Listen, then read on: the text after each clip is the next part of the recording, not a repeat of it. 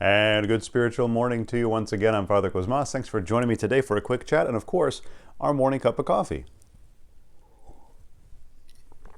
And I want to talk a little bit today about a show or a TV series that streams on Netflix that I've talked about over the past couple of years, and that is The Crown.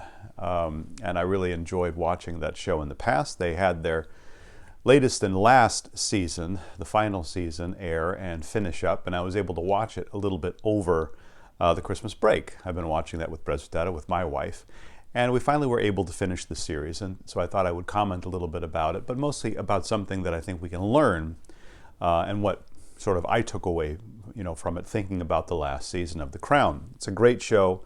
If you haven't seen it, again, it's on Netflix, and if you have Netflix, take a look and check it out. But start from the beginning if you haven't seen it. I think there's 5 seasons, something like that. 5 or 6 seasons, I forget.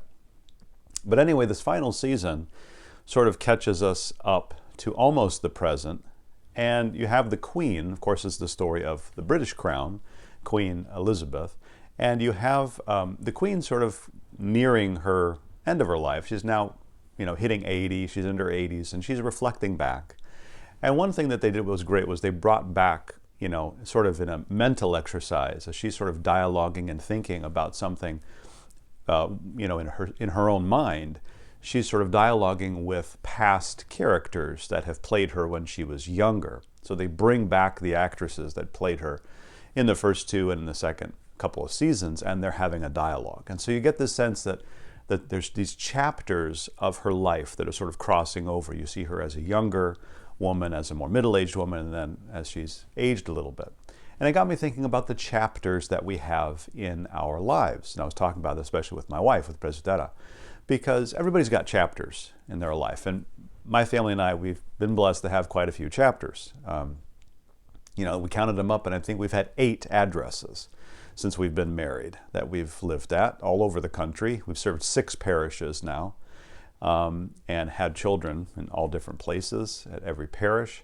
And so it's been an interesting adventure. And to look back on some of the chapters of your life and to look forward in expectation of some of the chapters. But I think the main lesson I took away from the film, that's something that I've always thought about, is that sometimes you wish away, where you are. You wish away that chapter. You don't like, every chapter has its struggles, has its difficulties. And the natural tendency, the natural inclination is to want that to go away and to say, I wish I could just get to the next chapter. Can I just get to this next part of my life? And you start getting to a point where you realize, well, wait a minute, I don't want to get to the next part of my life. And then you start looking back and you realize, wow, that was a good chapter. I wish I could go back and live a little bit in that chapter again, even though it had struggles at that time that I thought were so difficult. The struggles that I've got in this chapter now are a lot harder. And so every chapter of your life, every stage, every sort of aspect of our life can have its own struggles and difficulties. And we have to learn to sort of embrace those and sort of say, there's a reason, and I've learned that. There's a reason that I'm in that chapter. There's a reason that I'm there at that time and I'm struggling with whatever that is. God has given me that for me to learn, for me to become a better Christian. And I firmly believe that, and I've seen that, especially in my own ministry. Every parish that I've served at, I've gone through something at that parish, and I thought, wow, at the time, I didn't know it. But looking back, I thought, I needed to go through that. That was a difficulty. That was a struggle. That was a cross to bear. But I needed that to learn this. I needed that to learn and understand that, and to become a better Christian. Now, I can look back and say I needed it. Doesn't mean I actually learned the lessons. But at least I had an opportunity to reflect backwards, because I'm still struggling and I'm still a sinner and I haven't learned anything.